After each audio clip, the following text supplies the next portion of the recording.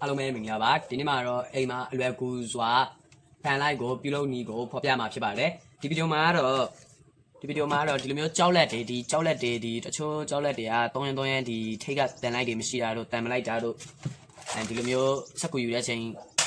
ကောင်ကကျတော့တန်လိုက်ရှိတော့ဒီလိုလာရနော်တချို့ကြောက်လက်ကောင်ဆိုရင်ဒီတန်လိုက်လိုက်ရင်လာတော့နဲ့တွေယူလိုက်ရင်မလာတော့ဒီလားအဲ့တော့ဒီဗီဒီယိုမှာကျတော့ဒီကြောက်လက်တွေဒီမျိုးတန်ချောင်းတွေကိုဘယ်လိုတန်လိုက်လို့ရမလဲဆိုတာပြောပြမှာဖြစ်ပါတယ်အရှိအားကျတော့3လက်မခွဲပေါ့နော်ဟုတ်ပြီဒီကောင်ကိုချက်လေးလုပ်လိုက်ပြီရသွားပြီပြီးရင်ဒီပိုက်မှာ3ပတ်လောက်ပိုက်ရမှာဒီကောင်ကိုဝိုင်းကျိုး3ပတ်လောက်ပိုက်ရမှာနည်းနည်းလောက်ဟုတ်ကဲ့ညမှာကော်လေးနည်းနည်းလောင်းလိုက်မယ်နော်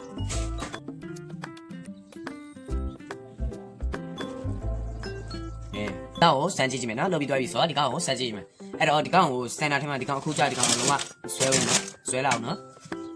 ဒီကောင်ကိုစမ်းဖို့အတွက်စန်တာမှာကွက်တီဒီလိုလေးထိုးပေးလိုက်ပြီးတော့ဒီနားမှာအဲ့လိုလေးလုပ်ပေးလိုက်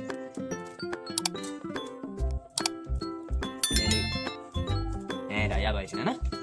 ပြီးရင်စမ်းကြည့်မယ်တွေ့လားကောက်လိုက်တွေ့လားတော့ရပါပြီနော်တွေ့လား